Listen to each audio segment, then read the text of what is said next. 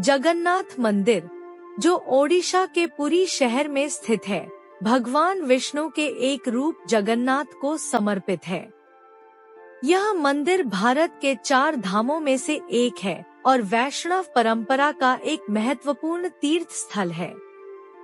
मंदिर का इतिहास बहुत पुराना है और इसे राजा इंद्रद्युम्न द्वारा स्थापित माना जाता है। जगन्नाथ मंदिर का वार्षिक रथ यात्रा उत्सव बहुत प्रसिद्ध है, जिसमें भगवान जगन्नाथ, बलभद्र और सुभद्रा की मूर्तियां रथों में विराजमान होकर नगर भ्रमण करती हैं। जगन्नाथ मंदिर का इतिहास। प्राचीनता।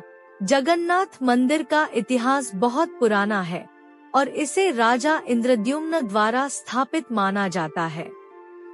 जगन्नाथ रथ यात्रा, जिसे गुंडिचा यात्रा भी कहा जाता है, भगवान जगन्नाथ, बलभद्र और सुभद्रा की वार्षिक यात्रा है। यह यात्रा पुरी, ओडिशा में निकाली जाती है।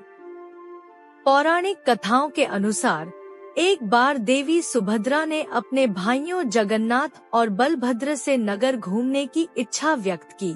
उनकी इच्छा पूरी करने के लिए तीनों देवताओं को रथों में बिठाकर नगर भ्रमण कराया गया। यह यात्रा गुंडिचा मंदिर तक जाती है, जो भगवान जगन्नाथ की मौसी का घर माना जाता है।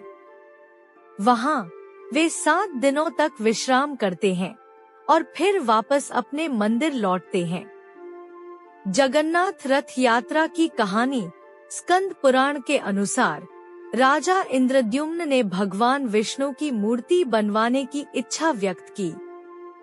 देवताओं के शिल्पी विश्वकर्मा राजा की प्रार्थना सुनकर एक बढ़ई के रूप में राजा के सामने प्रकट हुए और मूर्ति बनाने का प्रस्ताव रखा।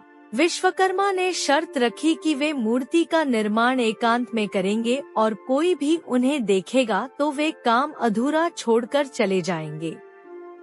राजा ने शर्त मान ली, लेकिन एक दिन उत्सुकतावश वे विश्वकर्मा को देखने चले गए।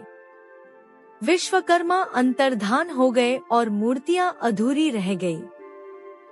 तभी आकाशवाणी हुई कि भगवान इसी रूप में स्थापित होना चाहते हैं। राजा इंद्रद्युम्न ने एक विशाल मंदिर बनवाया और मूर्तियों को वहां स्थापित कर दिया। भगवान जगन्नाथ ने राजा को दर्शन दिए और कहा कि वे साल में एक बार अपनी जन्मभूमि अवश्य जाएंगे।